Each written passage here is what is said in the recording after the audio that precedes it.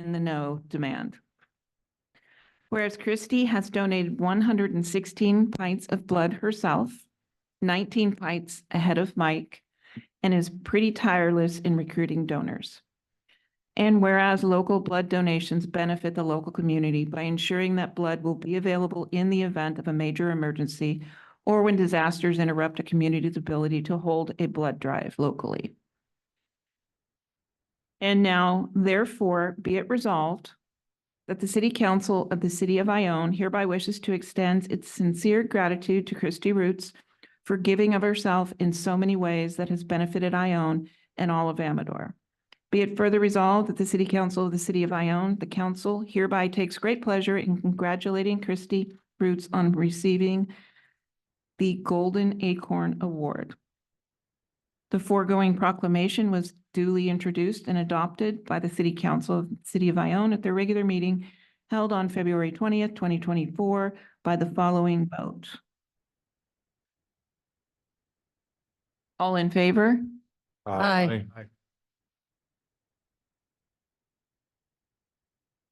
I'd like to add something personal, and I wish Christy were here. What she does reaches far outside of Amador County.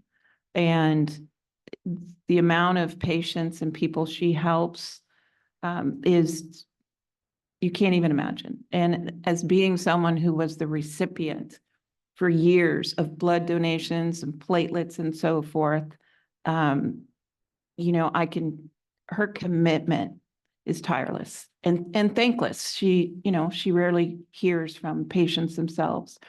And I know that we have in the community just recently an infant that's been diagnosed with a blood cancer.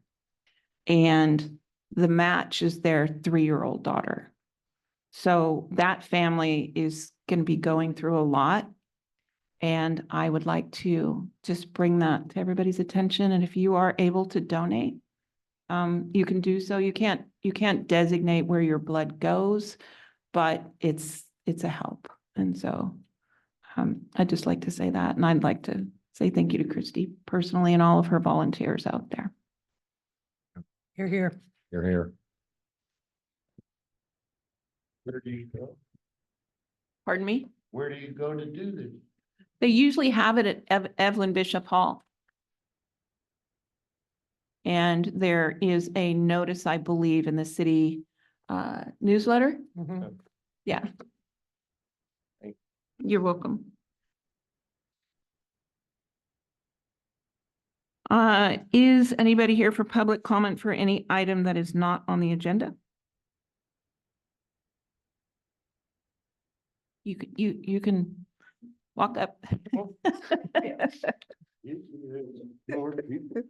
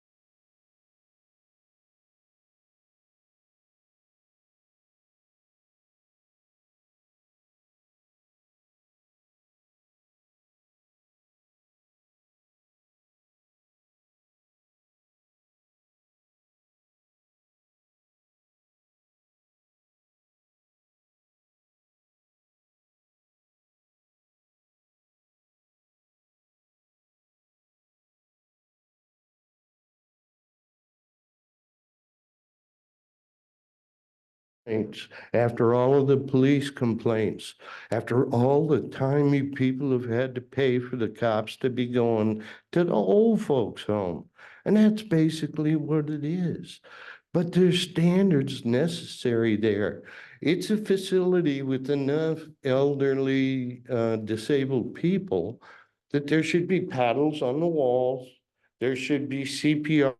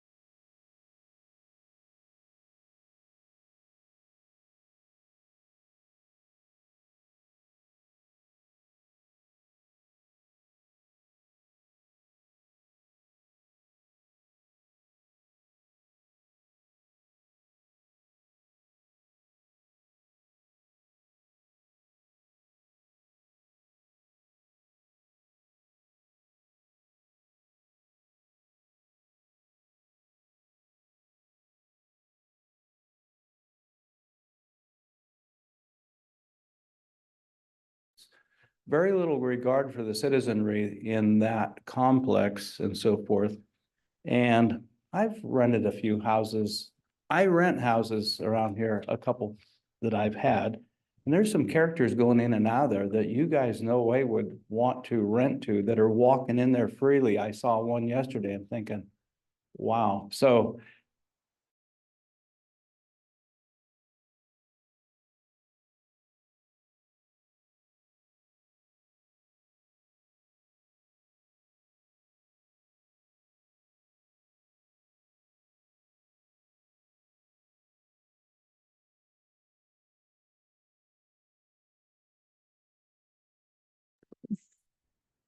Where would that fall on us and what options do we have? Gotta be health department. And So what we can do is I can bring that back and discuss internally, see if there's any building department issues, and then work with staff and make a report back to the council. okay, Would that come under county health as well? Yes. And county mental health? I mean, it looks like the county once again isn't stepping up. Staff will look into it. They're Okay. actually helping. Okay, great. I was shocked. okay. And then we'll have an update maybe in the next meeting. And it is subsidized housing. It's federally subsidized housing. I believe it, yes. Yes, it is. Absolutely. Department of Ag, I believe, is their subsidy. Okay. Go ahead, Dave. Dave Livingstone, Wildflower. I had just had one question, and I was wondering if there was any update on the city manager process, the selection. Thank you.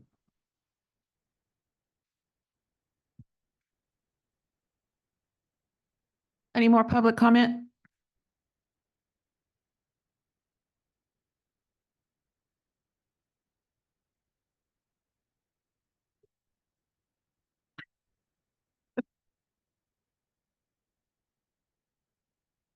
Good evening, council members. Thank you for giving me a few minutes of your time tonight.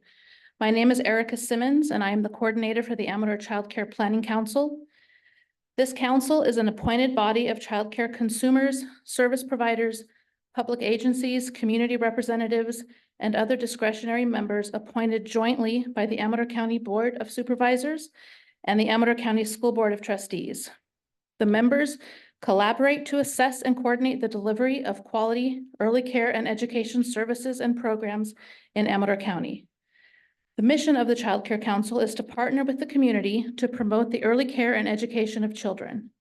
The council is committing to promoting accessible and high-quality childcare in Amador County.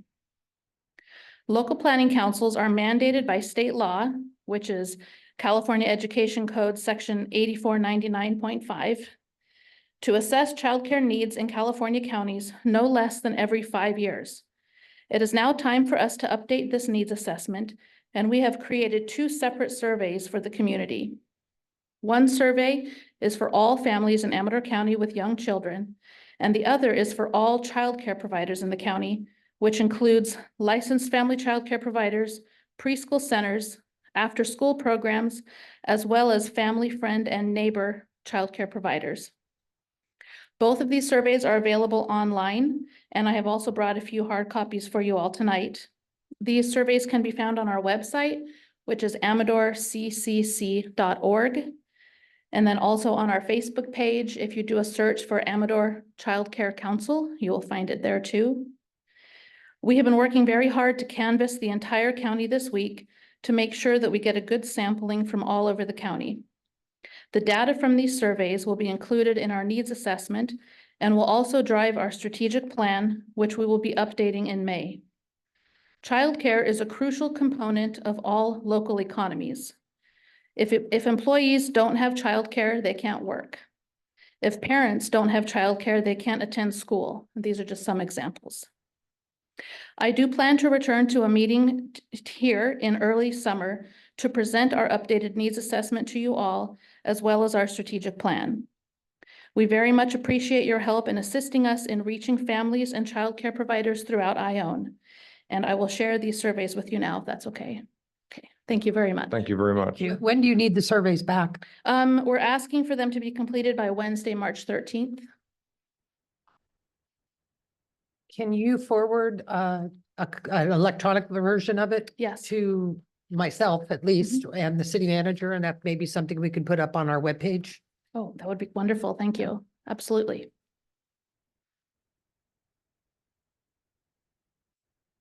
Thank you. Thank you. Very bright color.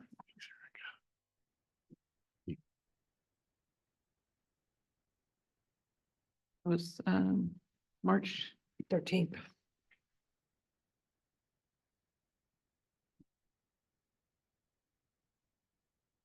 Is there any more public comment?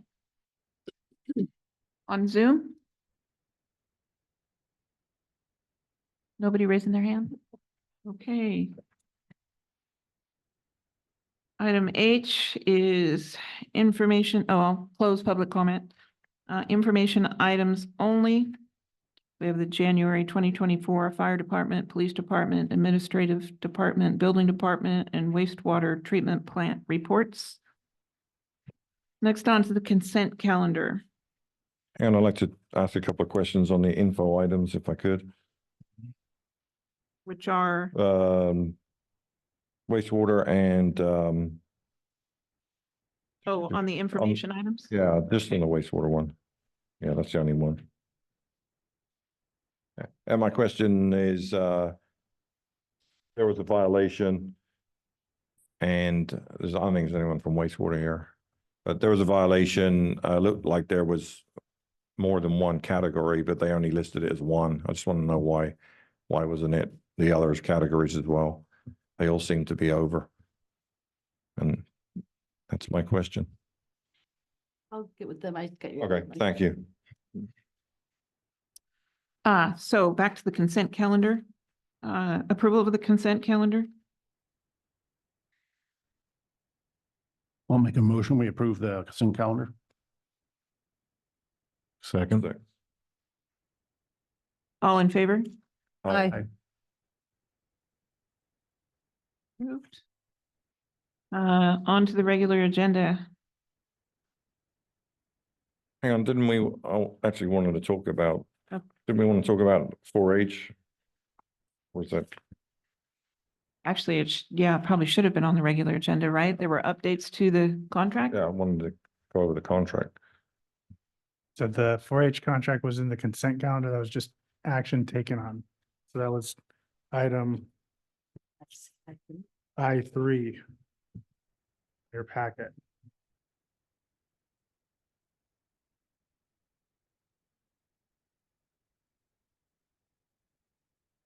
So can we pull it, talk about it, or is it too late? You can talk about it.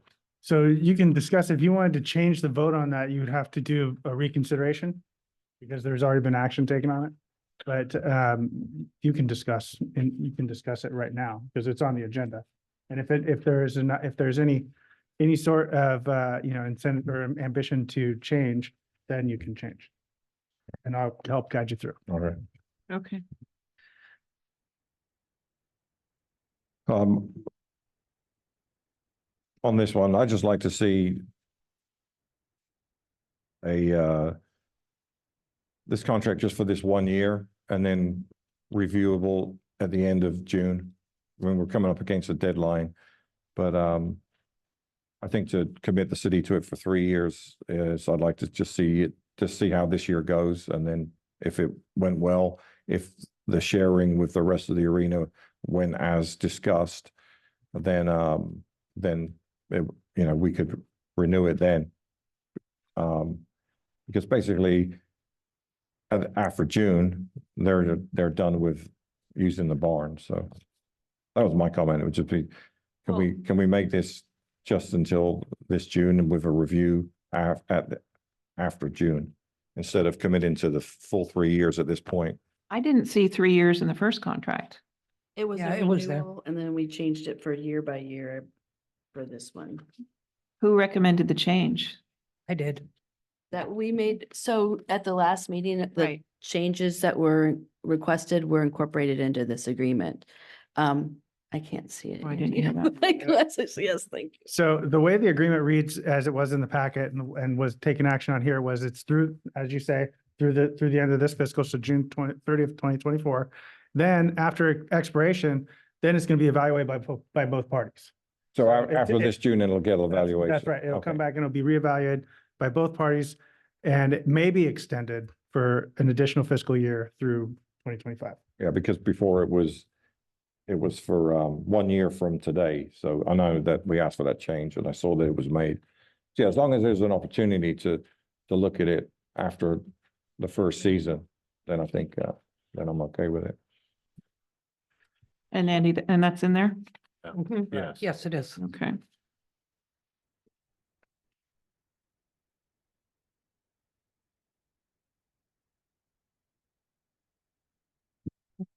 Now I got mixed up because I went all the way back to the agreement. Okay, on to the regular agenda. Number 1, update regarding the housing grant funds. Thank you, Madam Mayor, members of the council. Debbie Mackey is here tonight to present the work that she's been doing regarding our CDBG and home funds. So Debbie was hired in December, and since that time, she's been working vigilantly to update the work regarding loans and notes that we hadn't followed up on in the past. And so she's here to kind of give and to discuss how we can get those funds back out into the community. Thank you. Good evening, Mayor, Vice Mayor, and members of the council. Tonight I've been asked to present to you the CDBG and home program for the city of Ione. I do have a slideshow presentation, kind of guides me through it a little bit. Feel free to interrupt at any time and ask any questions. This is a very large program, and there are a lot of little kind of rabbit holes that can go off of it. So I hope that I can explain it in a very succinct way and give you enough information tonight so you'll feel confident in where we're moving forward with these programs.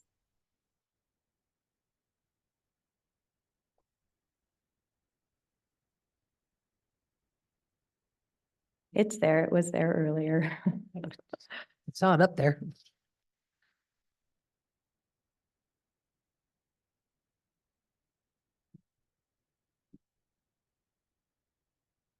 And try to share.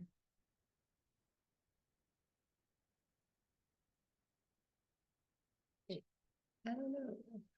I could go on and start reading, council, if that's what you would like. It's not necessary to have it. I did print it out, unfortunately, just for myself. I didn't want to waste a lot of paper, but at your discretion, if you want to wait, or I can continue and move forward. At your pleasure. Is it a quick fix? We don't know. Okay. We don't know. They're So in go, that first go few ahead. minutes. Okay, all right. So the way I've arranged my presentation is to explain a little bit about the Community Development Block Grant first, and then I'll go through a little bit of the background, where we've been on it and where we're moving in the future, and I'll be doing the same thing with the home program. So let me get my glasses on here. So what is the Community Development Block Grant? The CD is, you'll see in the CDBG is what we refer to it at, is a federal program aimed at providing communities with resources to address a wide range of unique community development needs. Administered by the U.S. Department of Housing and Urban Development, it offers flexible funding to local governments to support affordable housing, infrastructure, public services, and economic development projects. So the purpose of CDBG is funding. The funding is primarily targeted towards low to moderate income areas and individuals. Its main objectives include stimulating economic development, providing affordable housing, improving community facilities and services, and addressing urgent needs such as disaster recovery. The key component, the key components of CDBG are housing development. The funds can be used to construct, rehabilitate, or provide affordable housing units for low-income residents. Infrastructure improvements supports projects like road repair, water and sewer systems, and community facilities. Public services, funds may be allocated to services such as childcare, senior services, and job training programs. Economic development assists in fostering small businesses, development, and job creation initiatives. So for the city of Ione, we have two CDBG things that one is existing, and then the other one we will be applying for. The first one that is in existing is called the LEAP, which is the Local Early Action Planning, and this was applied for back in 2020. We found out, we pulled up this file 2 weeks ago. Again, I've been doing this for 2 months, so it's been a big learning. There we go. There it is. So if you can move through the slides, here, I think 2 more. Right there. Okay. So there's where we're at. Okay. So, but anyhow, so we came upon the LEAP program. We were awarded $65,000 for this program. And what it is aimed at is looking at it was specifically written for the area off of Waterman Road to look at developing that into a multi-family housing project. So when I got the application, they had asked if we wanted to extend it because when it was awarded in 2020, of course, COVID happened. So a lot of things got pushed aside. So now we're trying to catch up. So in working with the LEAP program coordinators, I met with the city manager, and we're looking at, we've written an amendment to it so that it's not only considering that portion behind off of Waterman Road, but it can also look at other places here in the city of Ione for development such as the Q Ranch and, is it Reeder Ranch? Ringer, I'm sorry, Ringer. Ringer, I'm sorry, yes, Ringer Ranch. So to also consider those two, go ahead. Quick question, is that the piece of property that the multi-housing came before us a couple of months back on? That is correct. That's what this was written to look at that. And so, to, see about getting funding for that. So it does, some of the entitlements, a lot of the, kind of groundwork for that. So in writing the amendment, we wanted to incorporate, you know, these other locations too. And potentially the Preston area, so specifically Circle Drive. So I couldn't name that one specifically because I would have had to have had a contract with the state in order to move forward with that. So I kind of put it in as and potentially other, so in that. So we're going to, I have been discussing a few things with them today. Hopefully I'll have that done within the next 2 days, and then we'll be able to submit it for the amendment. I do kind of expect it to get kicked back. And so it takes them about 2 weeks. But then once it gets kicked back, then they kind of say, okay, this is what we want it to say. This is what will allow, what it can do. So we want to just get to that point. They're really good to work with. The only problem with this particular one is that it has to be completed by, I believe it's September 25th. So we have just a really short period of time to get all this done, but I think it'll give us a better look at what we have here in the city of Ione, not just one specific location, but other locations, and also potentially to eliminate some blight. And that is one of what CDBG does, is it looks at blighted areas and So what- wanting to. When you say completed, is it the money has to be spent Correct. So by we- September? Correct. Okay. Yes. Okay, so I'm just following the Go bounce ahead. ball. Mhm. So we applied for a grant application basically for staff to review this particular area. Let me pull the document, so I want to be correct in speaking, so this was applied for back in 2020, and what it specifically is looking at.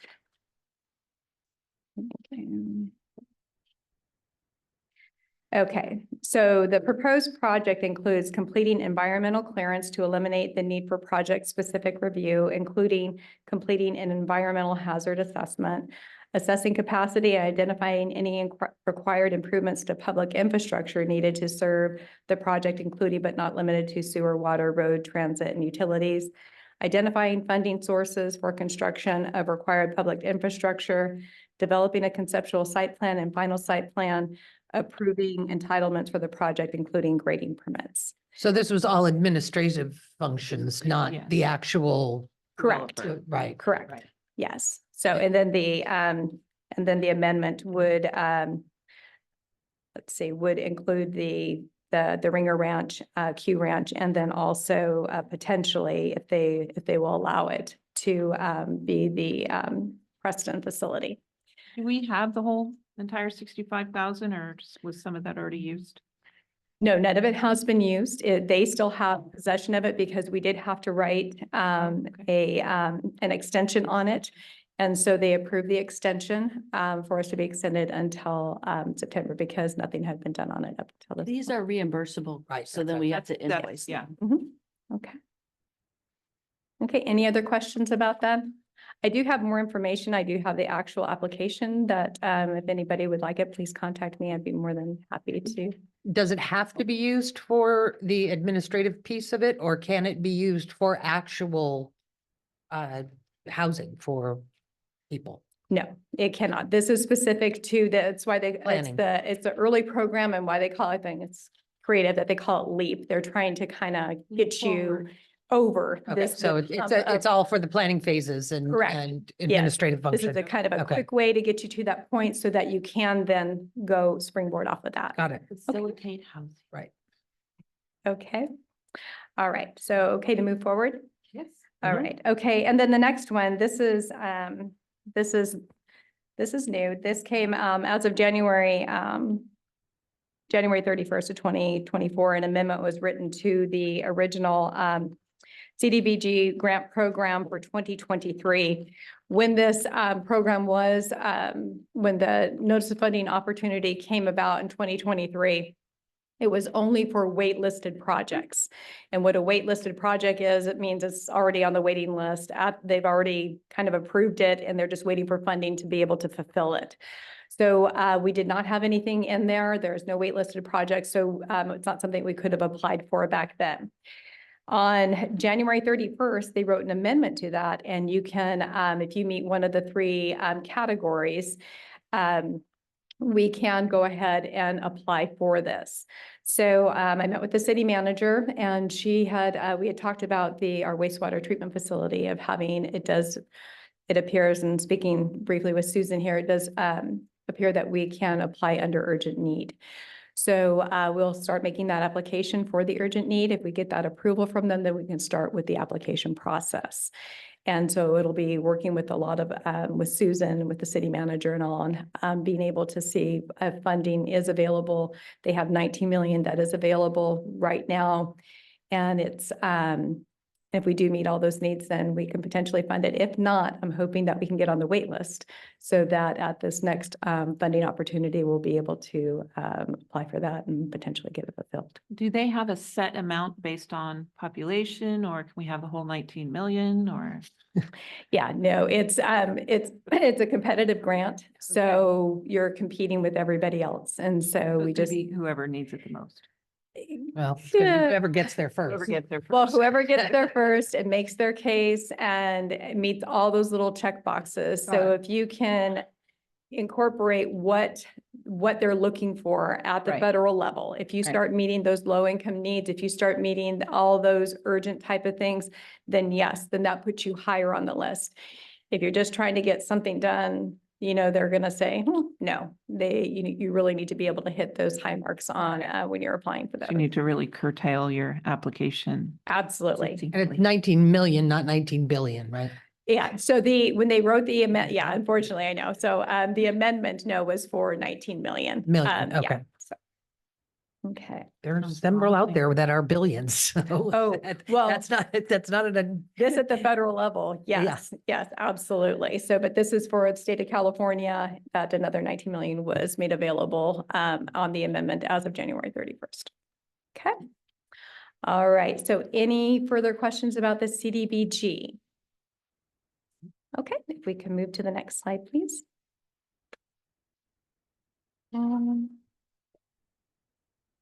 All right, so this is where I've spent most of my time. So let's go over the Home Investment Partnership Program. So the HOME program is a federal grant program aimed at expanding the supply of affordable housing for low-income households administered by the U.S. Department of Housing and Urban Development. It provides funding to states and localities to support a variety of affordable housing activities. Okay, next slide. Okay, the primary goal of the HOME program is to increase the availability of safe, decent, and affordable housing for low-income individuals and families. It seeks to achieve this by funding the development, rehabilitation, and preservation of affordable housing, assisting first-time home buyers, supporting tenant-based rental assistance programs. Okay, next slide, please. So the City of Ione HOME program. So we applied for the HOME program in 1997, 2001, 2006, and 2010. And for a total, we've received a total of $2,497,499. We've dispersed out of that $1,716,639. The rest of that was disencumbered and that was put back to the state. Okay, so of that, there were a total of 43 loans and a total of 37 residences. Okay, next slide, please. So this is I know this is hard to read, but I did want you to see this. This is these are the paid off or the written off loans that have been distributed by the city. So let me see. I did have notes. So the paid so going down the list, when this money. How the program works is that we have, it's either for first-time home buyers, for rehabilitation of housing, or for down payment assistance. Now, there are a couple of grants where people have applied and received all three. So when somebody, they have to meet the income levels to be able to qualify for this program. And we are the secondary loan to the program. So they go out, and I'll just use a fictitious amount. So a $400,000 home, at least $200,000 of that will be through a regular mortgage company loan. Now, the city of Ione, through this program, we can go ahead and let them or loan them that other 200,000. And that is usually done at a 3% interest. Now, it varies. Now, the 3% is the maximum that we do, but there are some that have qualified for 2% and some that have had 0%. And that's on rehabilitation. So, and it's changed over the years. So the ones that have gotten the lower percentages and stuff, those programs are no longer in existence. However, there are other programs that things change every year. So I just attended a webinar. They give you all the updates on what is and what's not and what they, phased out and all. So, but we've had quite a few homes that and families who have been able to pay off. I think we've only had 3 that that we've had to write off. And of those 3, one of them was through a death, and then we did receive a portion of it back after everything was settled on their home. But otherwise, it's been a very successful. I've seen families who have gotten the loan, and they have improved their schooling, their education, and were able to pay everything off and bought another home. So it's really been effective in housing families to be able to afford to be in a home. Okay, next slide. So these are our current loans, and I believe we have 15 currently out of those loans, and our total for what we have available in monies to be able to go out is $1,193,625. Now, Jane does keep track of all this. So when we have somebody who is now going to be coming in and they are going to be paying off their loan. So what happens at that point is they meet with the title company, they go through all the process. Jane gets them the final of what they need to pay off the loan. It just goes at 3%. That is added on to their original loan, and they pay it off. So it's very effective. It's a great program, and I didn't know a whole lot about it when I first started, but I've seen the changes it's made for families. So moving forward, what we're going to be doing we're going to be administering the program, choosing the projects and partners. And what that means is that we're going to be focusing on rehabilitation of a lot of the homes. I got a question on, That's a good Mhm. question. Might be a second. so Yeah. you've got 15 loans out at 1.12 million. And the program amounts 1.193 million. Does that mean there's $73,000 available?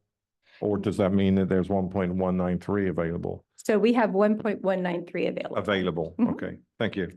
Absolutely. I have one question. Yeah. Do they make a payment on this loan, or does it sit as No. a silent second or a second, and then when It- they? It's move? it's like a balloon, what's called a balloon payment. So it's usually a 30-year. There have nice been some program. that I found that have been written for 15 years, some for 5 years.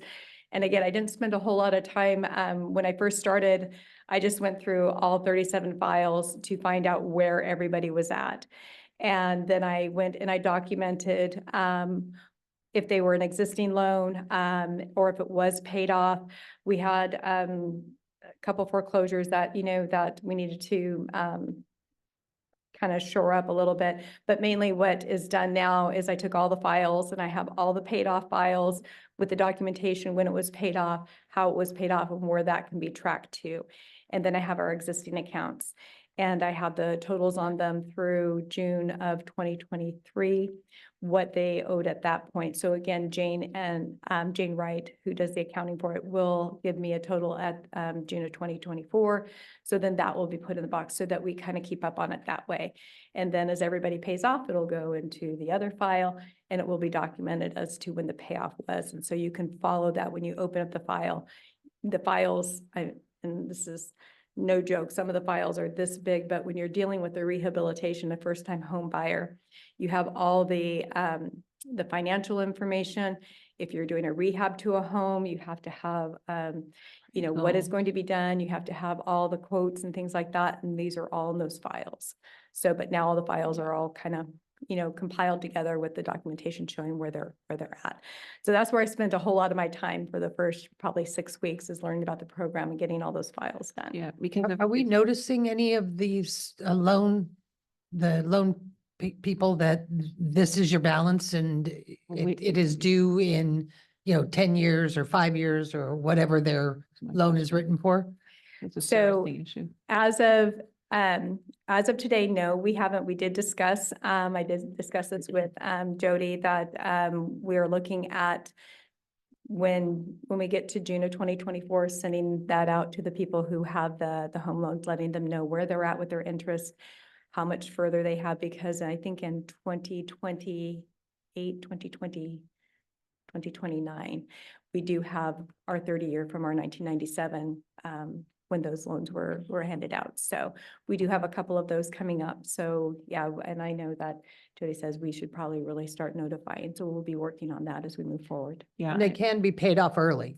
Oh, absolutely. So yeah, So they could so- refinance their home and correct, correct. get us out from there, under them. Absolutely. So at that end of that 30 years, so, you know, they are making, the way it's meant to work is that they're paying off on that half. So that $200,000 in the regular mortgage company, they're doing that at the end of 30 years. If they're still in that home, they can then refinance that through a regular mortgage company and they can just keep on going. So they stay housed. But we find with quite a few with the payoffs, either people are moving, we've had a few deaths, and so everything does get paid off and they get married and move on and just wonderful I things. just have one last question. Yeah. Is the city required, are there requirements that the city do some sort of ministerial management over these loans? Yes, that's why we hired Debbie to do that. Well, I'm just wondering about before Debbie. Yes, we are required to do some things in that. Yeah, I would think so, because we you're hadn't been doing technically some of it. servicing to Correct. some extent. right? Yes. And, So- oops, sorry. oh, no, go ahead. Well, I was just gonna point out is the money, so that's why we haven't gotten this money back out into the community either. So we're sitting on the 1.7, 1.1, Mhm. which comes in at the payoff, and that's called the program income. We Mhm. haven't done any of these programs since 2005. So we haven't used any of this money to get it back out into the community, and that's the purpose of the program income, is to keep using it, recycling it back out. So we can apply for additional grant funds, but we're supposed to be using and reporting annually to the State Department of Housing and Urban Development, or that's not the state one, that's the federal, but we're supposed to be doing an annual report to line up the amount of money we have in our program funds and what they have on file of what they think we Yeah. should have. But we haven't been. Yeah, So- and in 2019, they made a lot of changes to the program and then COVID happened. So now they're catching up. So when I was talking about the reporting to be done and they said, we don't want your back reports. So I was like, Yay. yay. I was like, that's me. So yeah, so that was like, oh my gosh, I get to take this information. I do have to, everything did balance out. We all worked really hard to get everything balanced out and to make sure everything's good. So we are at a really good foundation.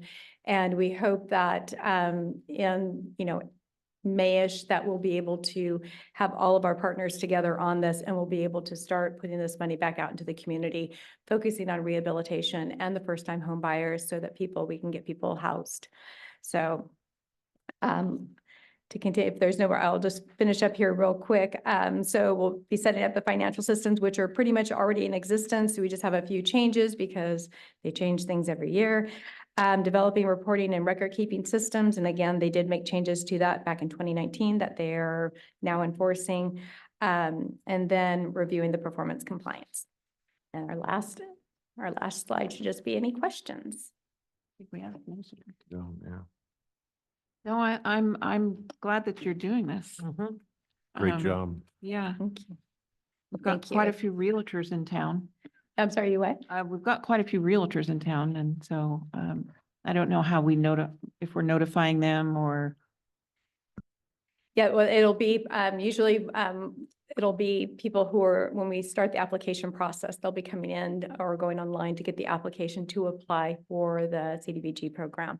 And so they'll already usually have a realtor, and they'll be working with a mortgage company, and then they'll be working with us, and then we all work together on that to, create a system for them to be able to have a home. Yeah. And are you going to develop a means by which to get this information to the public? Because right Absolutely. now, I mean, question. if you don't know it's there, Yeah. nobody's Yes. going to use it. And that was my question, because I did talk to a realtor, and she's a new realtor, and she had no idea, so. Yeah, and we haven't been doing it for many years. And so, yes, and speaking with the city manager, we did come up with avenues to do community surveys, to do outreach, and we'll be hitting all of those things. So of course, we'll be using social media, we'll be using the newspaper, radio, and all these Showing other. up at the realtor's offices with the information. is- Absolutely. yeah. So they know that it's available. And the developers. Mhm.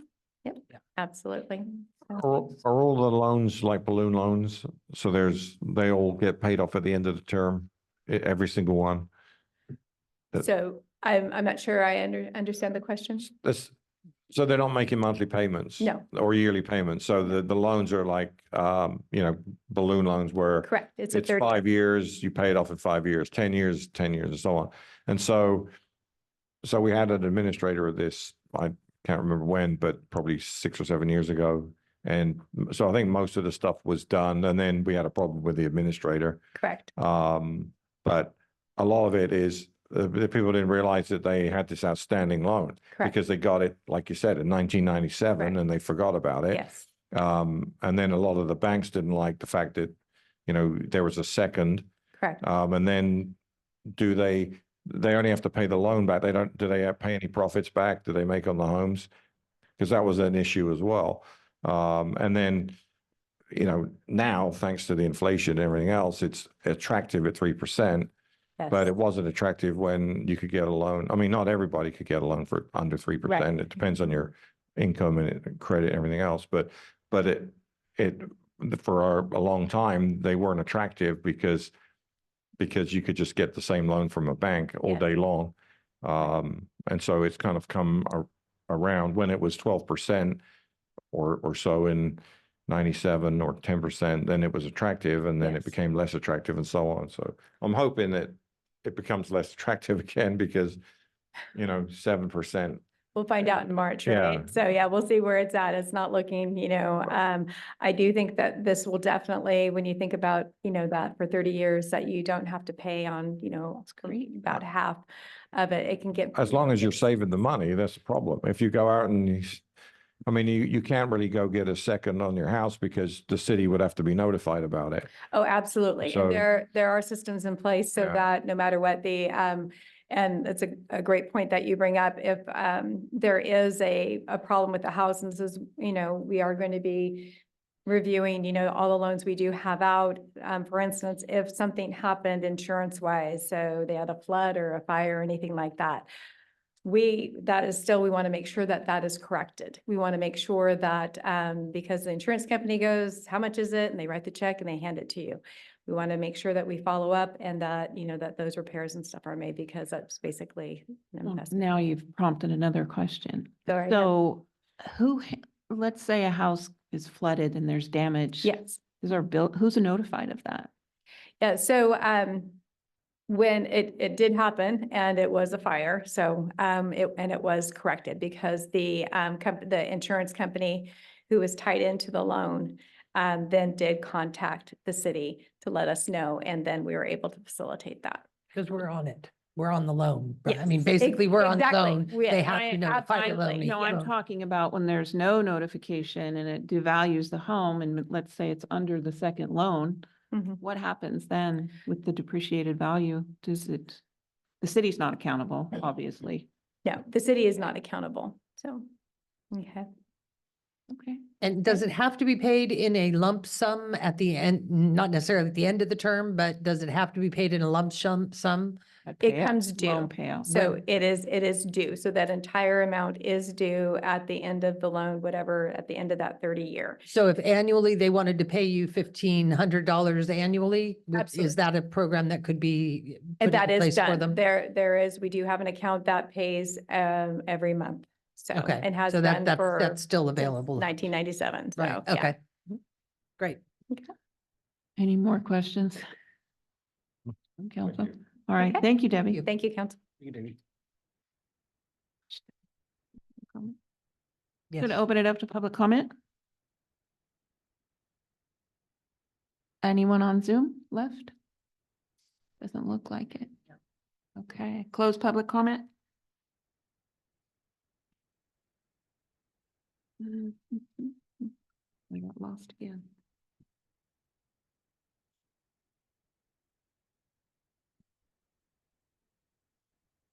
I keep losing my. Here it is. Right there. Oh. Update regarding ACUSD. I lost my third page and city's next steps.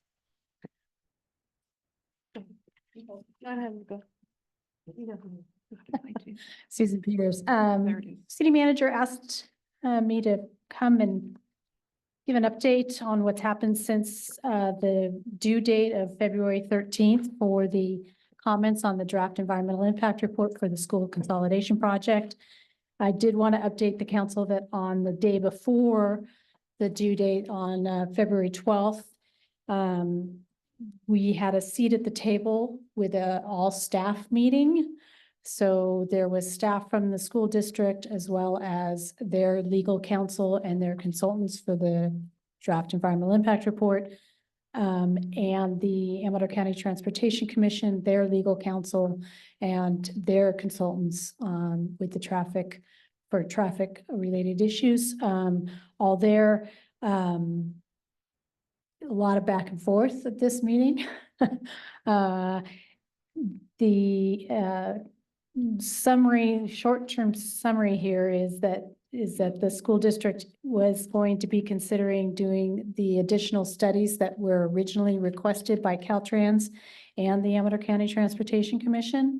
There was some discussion about some of the other studies that were being asked for, including as they relate to the impacts to other infrastructure, water and sewer infrastructure. And the direction of staff for the school district, their recommendation was going to be that instead of making a decision on the draft environmental impact in March, that it would likely get pushed off until April. Same year. Yes, Okay. this is on the 1 draft. month. This is on the draft Yeah, they're environmental. pushing it impact back a report. month. They're pushing that back to allow the consultants more time. Not only the consultants more time, but also the board to digest all of the information that was given to them via these letters. So we left the meeting there and with the idea to return back on March 20th. Where I'm hopeful that we will get some more direction from the school district staff as to what their intent is. I've also had a conversation with the superintendent of schools about recirculation. And that conversation was a little bit more positive than the ones prior with regards to recirculating the environmental impact report. And that was one of the things that this city requested, the city of Jackson requested, ACTC and the county also requested that typically what happens with a environmental impact report, the draft is released, there's the review period, everyone submits their comments, and the final can be adopted with just 72-hour noticing. So the request to recirculate is so that we have a chance to again look at what they've what additional information has been provided. So I think we're making some headway in that regard. I believe that they will probably recirculate. I'm hopeful. Everyone did ask for that. So that's where we're at right now. So I noted in almost every single one of the letters that have been submitted to the school district that everybody has said that the school district has, and I'm going to use different words than they did, has not acted in good faith with the draft EIR. That the draft EIR should, and the environmental impact report needs to be completed and addressed, and then the decision made on the project. Correct. It has been, There's been a lot of back and forth, and that was continued, that back and forth was continued in this all staff meeting. You know, I think I would just let that lay for a while. And if they continue to work with us and the other cities and the Transportation Committee and Commission and the county, that we just not stress out about what decisions were made, as long as they're continuing to work with us. well, I if would they- beg to differ, But if they, honestly. if they stop, then that's when I think, you know, we have the Well, I the would- legal means to go forward if we want to. I mean, Well, I would beg to differ on their working with us. They've been saying that they're going, you know, they're doing this and then they do that, and then they're going to do this and then they do this. They have not been Right. transparent. They have not been open. They have made decisions that really put the consolidation in play right now. absolutely. I mean, yeah, the fact that they actually said that they're going to push it back to 2026 tells you They've that already they made the actually made a decision, decision to consolidate Right. before this has been resolved. Yeah. So I, not a lawyer, ask the lawyer, is that or is that not acting in bad faith? So let me kind of actually jump in here, Susan, can you please give a little bit, though, you were starting to go down that path of exhausting the legal remedies. Can you go back to that? So the CEQA process and, you know, yes, they did make the decision before they did the EIR. Mhm. Them working with us, at what point do we say, or has everything been exhausted, or they've said they're going to mitigate and explain their mitigation plan? Can we then say, we still disagree, this is a sham, and we want to stop this from happening? What are kind of within the CEQA process? Within the CEQA process, it's how they respond to the comments that were written. If they just respond by saying comment noted, which they can do, I mean, CEQA says you are to respond in some meaningful way to CEQA-based comments. They have a lot of comments. Some that have to be, you know, should be responded to in the CEQA realm, but some that just should be commented on or responded to have better interface with the public, you know, and get better information out to the public. If they decide not to respond to those comments that are directly related to CEQA, then we have the ability to step in and say, we've established an administrative record showing that we have concerns with this, and this, everything that we've outlined in our notice of preparation response letter and the response to the DEIR. And then we make the decision of if we want to litigate. So at this point, we can't. Well, everybody has called it to their attention that they've acted in bad faith. Yes. They have not, they haven't, and probably won't respond to that within the CEQA environment, because that is that part of the CEQA environment? Yes, it is because of the due process procedures that they have skirted. I got a question on that. So, I mean, how can they ask their board, you know, to vote on something, which they've done, without knowing what the cost is going to be? Because the EIR is going to identify the costs. If they have to do A, B, C, D, and E, then, I mean, I'm already looking at this and there's, you know, a couple more $1 million there than what they anticipated, which anybody could see other than, the board. But I mean, how can they legally ask the board to make a vote on something without giving them the cost? I mean, so now the board has voted on this project and not knowing that it's now in order to implement this project, they're either not going to do what's asked, or they're going to have to come up with more money than the bond was going to be issued for. I mean, how do they get around that? That's probably more of a legal question. I mean, it's like they voted in something that they had no idea what it was going to cost. And they've already started to backtrack by putting up modular classrooms instead of proper buildings. I mean, Well, and they've already hired and they've, staff for I a think- consolidated high school that doesn't exist.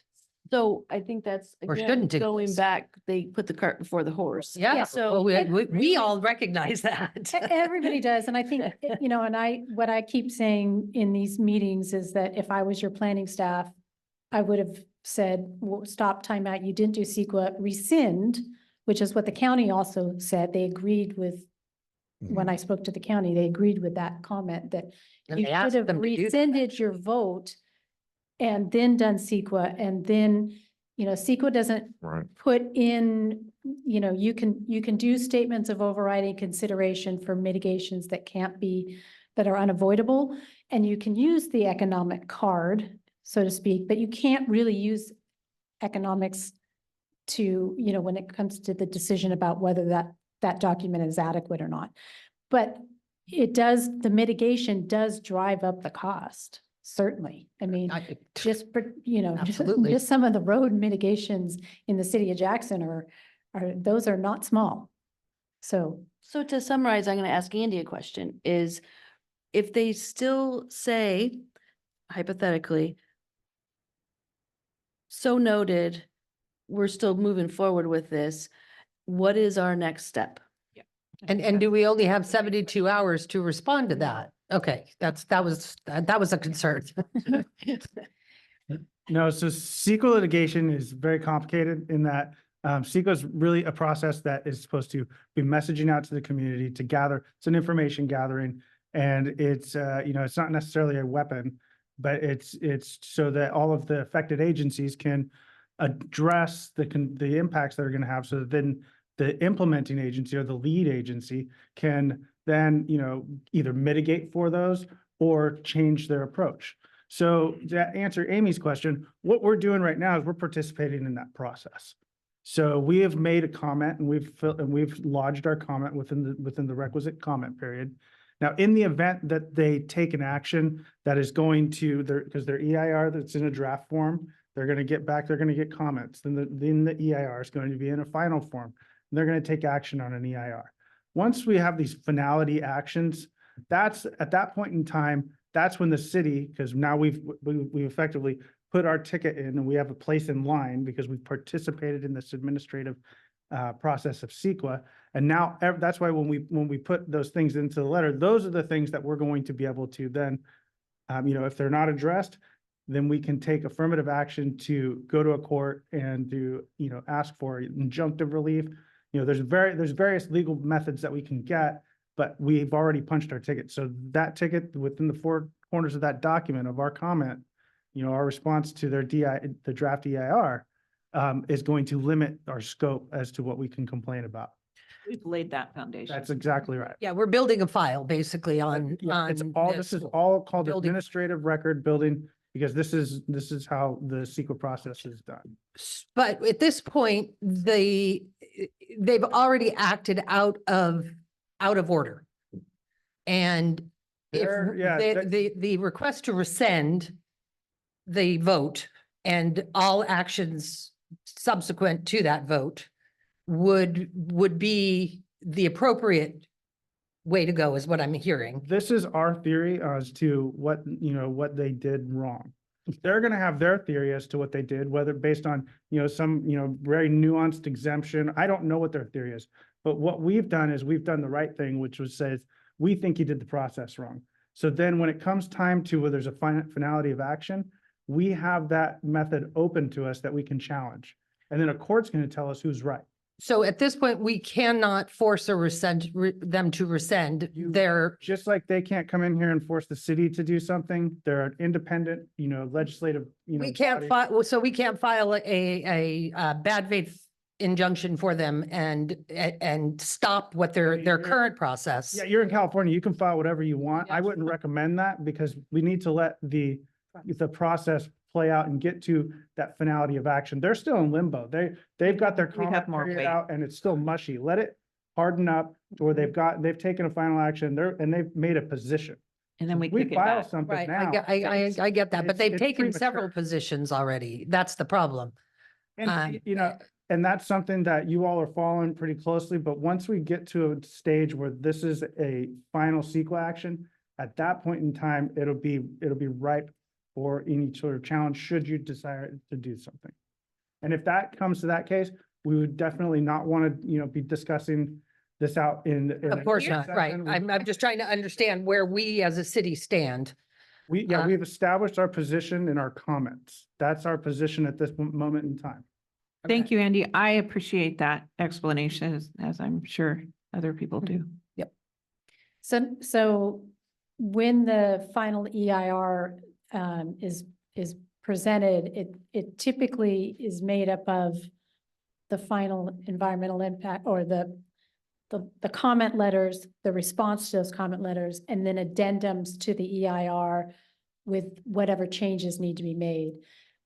What we've asked for is actually a recirculation. If they choose not to do that and they approve that final EIR, then they do what's called a notice of determination, and that gets submitted to the state clearinghouse and to the county for filing, and that kicks off the 45-day period of time, which the city can decide whether they want to litigate or not. And is it possible for all the parties that raised the same issue to come together as a group and litigate? Or do we as a city have to litigate alone? Should that be the case? Mr. Yeah, from a litigation standpoint, you're gonna have a really hard time coordinating at the Class outset. But I action. think that if we're gonna discuss any sort of strategy of consolidating, matters, I think we would save that for closed session. Okay, but it's not, I mean, it is something that can be done. Most things Should are we go possible. there route? Yeah, most things are possible. Okay, thank you. In California. Thank you. Thank you, Susan. Thank you. Any questions from council that haven't been asked or answered? Okay, open it up to public comment.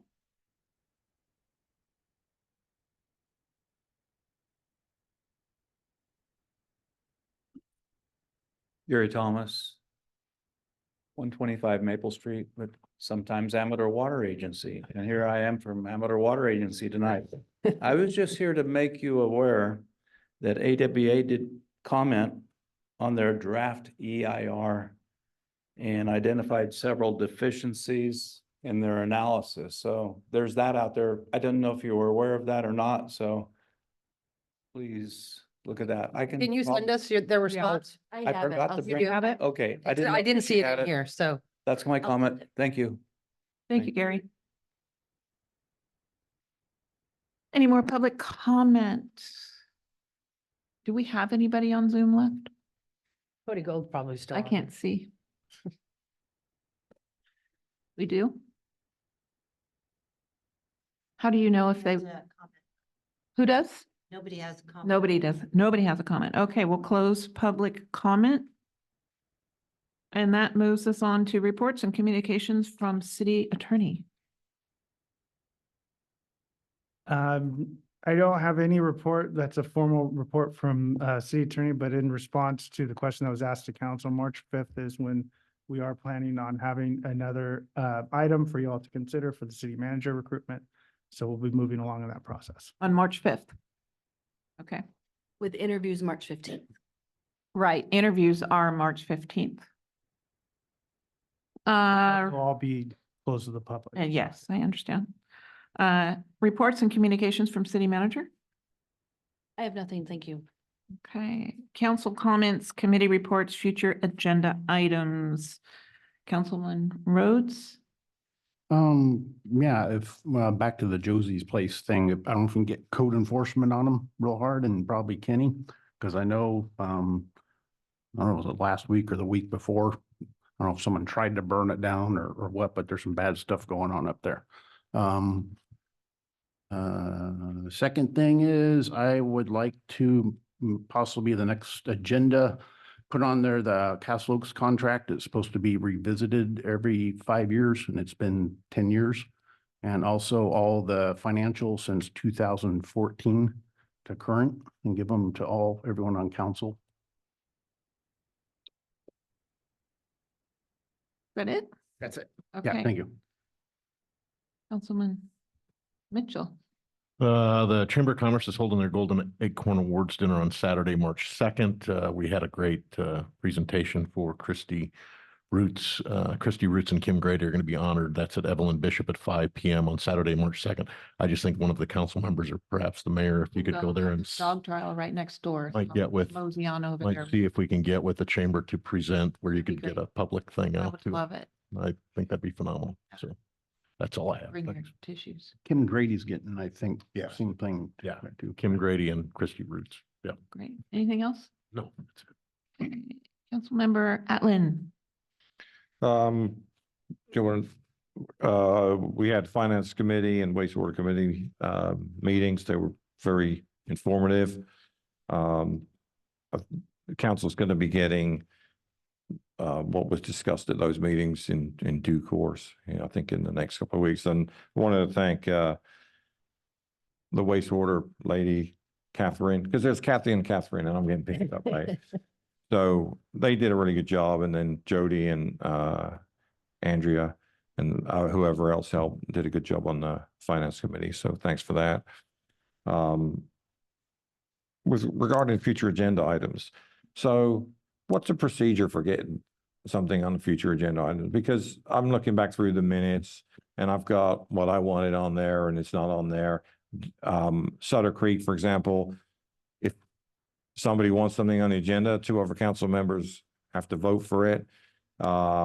We used to have it whereby if someone else seconded it, it was going to be on the agenda, but we keep asking for things to go on the agenda and then never seems to get on the agenda. So, and just to say, when I ask for something to be put on the agenda, it's usually not urgent, doesn't need to be on the next one, but just some kind of timeline would be nice.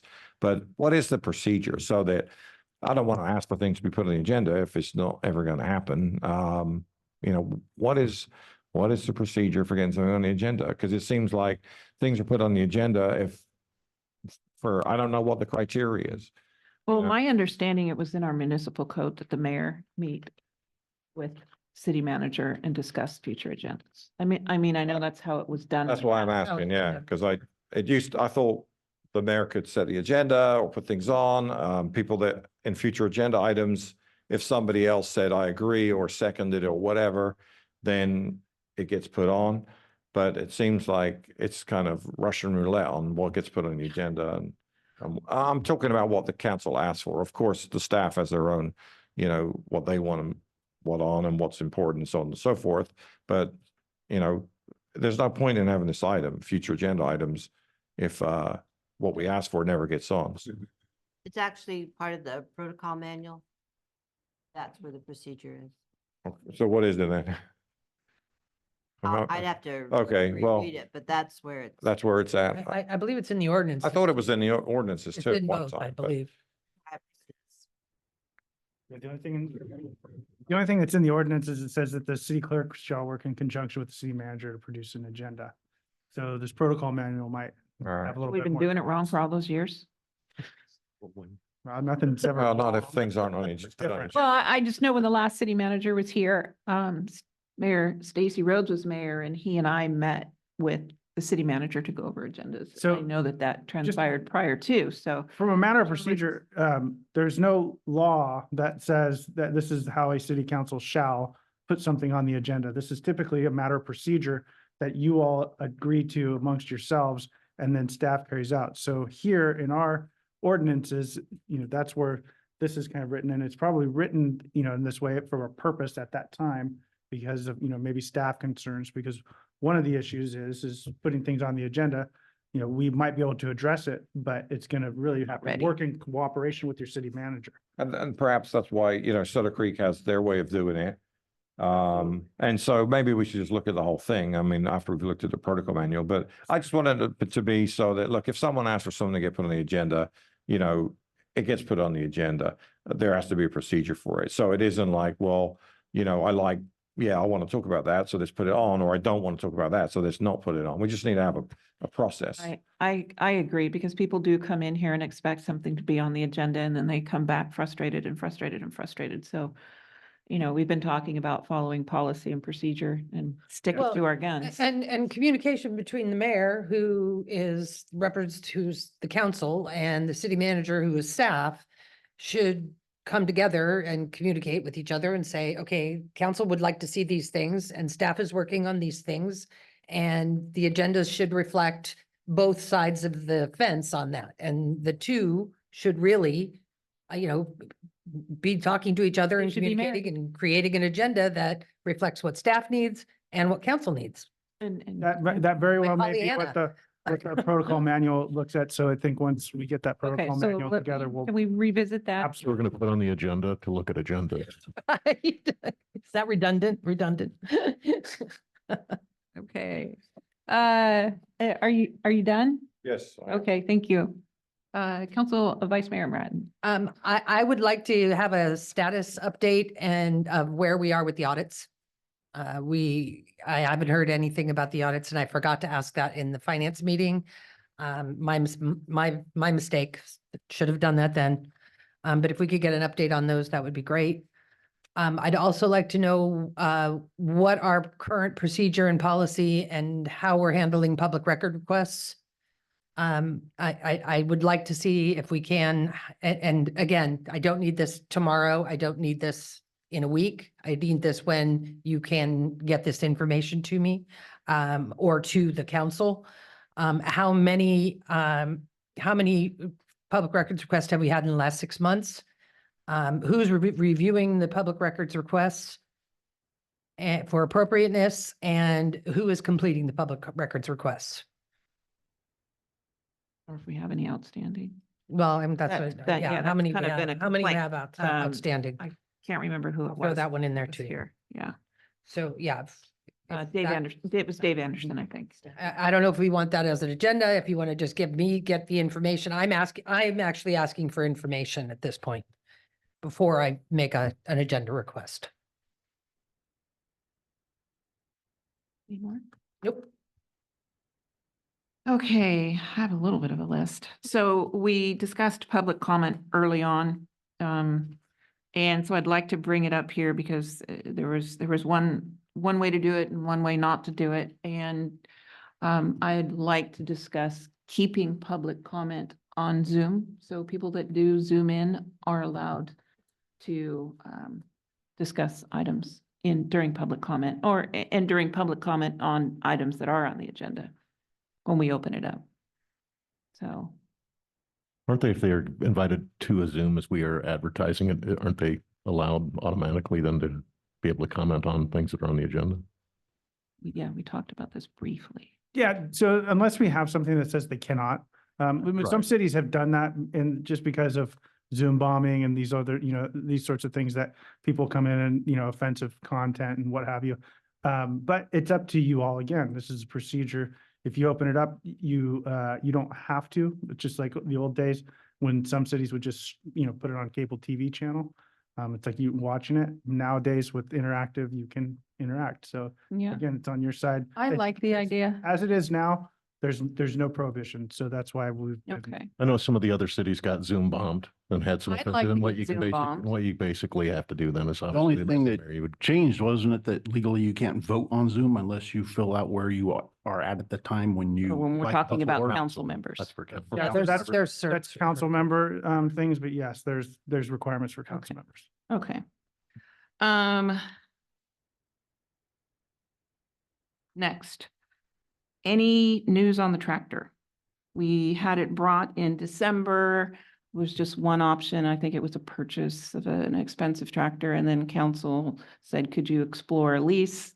Yeah, And said, bring it back in January, but and we asked for that a couple meetings ago as well. so that and I know we're down one personnel, but I knew that we used to get Parks and Rec meeting minutes.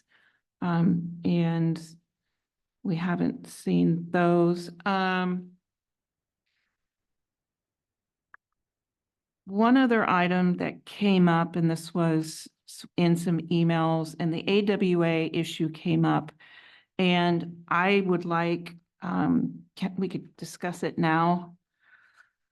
Should we at some point start discussing AWA possibilities, et cetera, and appoint someone amongst council to be in any sort of meeting where we are a stakeholder? So I wanted to bring that to council for discussion. I don't know if we talk about it here, we talk about it Well, somewhere else, or. You wouldn't be able to talk about it tonight because you wouldn't, it's not on the agenda. Right. So it would have to come back at a Future agenda meeting, item. So that'd be another Okay. request. And along that request, you brought this up a couple meetings ago. I would like to see training. Brown Act training for all committee. We have a lot of new committee members. And maybe, and possibly even staff. It's up to you. I know you run a lot of these training meetings, and just wondering if that's a possibility that we can put into place. I think it would be a really good idea. Yeah, we can schedule it. It'd be entirely up to the council again to just giving direction, and we can Yeah. bring that back and I can work with the city manager to figure out how to implement that. Yeah, we have a training budget. I saw that in the finance meeting. Yeah, and that hasn't been cut yet. And that hasn't been cut yet, so Use it. let's use it. Yeah, and there is a big Parks and Rec conference going on in April. I answered an email today, and there was an individual that said, I don't even know if we could take them. He could get guest passes if we hadn't already talked about sending somebody.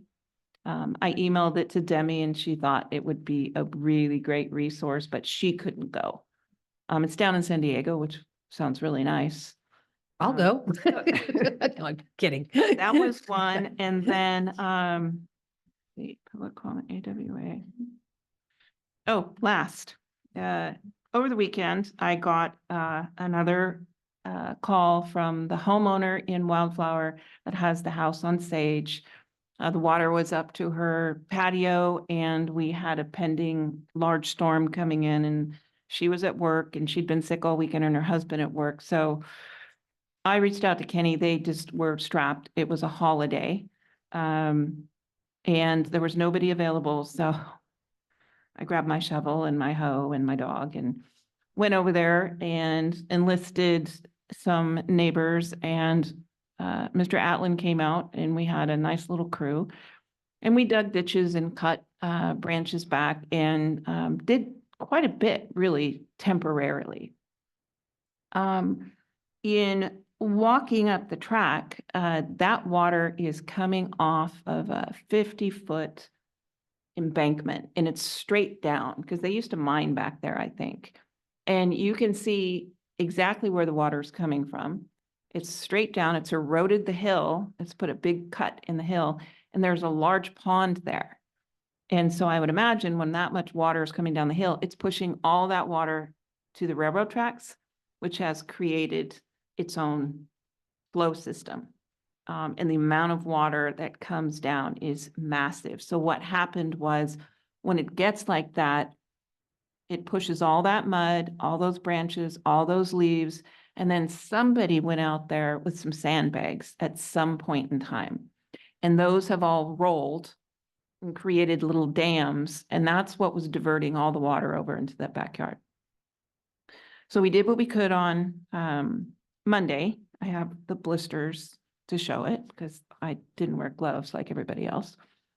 And then this morning, I reached out to Pabco, who owns the property. They have another name, Basilite. H.C. Muddocks and Gliding McBean own it. There's 3 or 4 companies. No. They're in Elk Grove. Well, I met with him today. Vincent is his last name, Donnie Vincent. He said he's spoken to you in the past. Yeah, that's H.C. Muddocks and Gliding McBean. U.S. Mines owns everything around that piece. This is the one on the other side. That's HC That's Mud. Pabco. Letting me. Well, that's not the company that came out and said he owned all of that land. He was the one who was out there fixing fences. His name was Donnie Vincent. We walked the track. That's not the guy that owned the Brickyard. No, I'm not talking about Brickyard. I'm talking about behind Wildflower, that big. Yeah. Yeah, Yeah. yeah. Yeah. Okay. So anyway, he came out. And we talked about it. There's no damage yet to anything. But it is a publicly traded company. Something does need to be done. The infrastructure was put there at one time. There are very large concrete, culverts, big culverts that were a nice design, but who's maintaining it? And so they kind of acquiesced like, well, you know, it's not really our problem. And I wasn't going to jump up and say anything. Kenny has a hand crew going out there sometime this week, but a hand crew isn't going to fix this in the event we get another large storm. That's Brickyard is a county road too, so you can reach out to the county. There's Well, also a the- railroad the- too, so the- that's the railroad county- property. Well, You got here's the 3 thing, people. everybody's pointing fingers at everybody else. There is a clear property line. Well, it's not clear because they all cross right there at that culvert. And so that was kind of the conversation today. He and I were out there and, but I just wanted to kind of, yeah. And he was very adamant that nobody be trespassing out there. Or he'd call the sheriff. But he gave me a permission to be out there. That's helpful. Well, yeah, it was difficult. Anyway, that's all I have. Right. You all done? Okay, I move to Well, yeah, I to gotta- adjourn. Second. all in favor? Aye. Aye. Oh, I don't.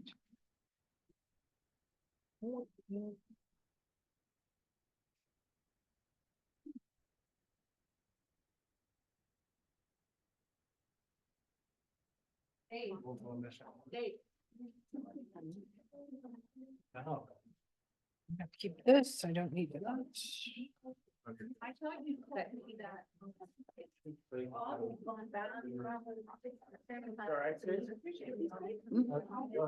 Yeah, he was up here, but he went back and then he'd come back.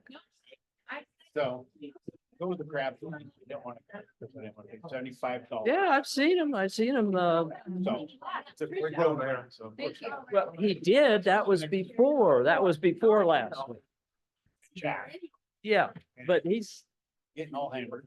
yeah, he did before and then he came back because Tricia had business going on with the grandbaby coming in and all that stuff. That can probably eat 4 pounds himself. Anyhow. Well, he's home now. He will be through. He'll be home through, next week sometime. So that was a week ago. You sound like the discussion was gonna be on the 15th of March. Wow. So before the pill, I get.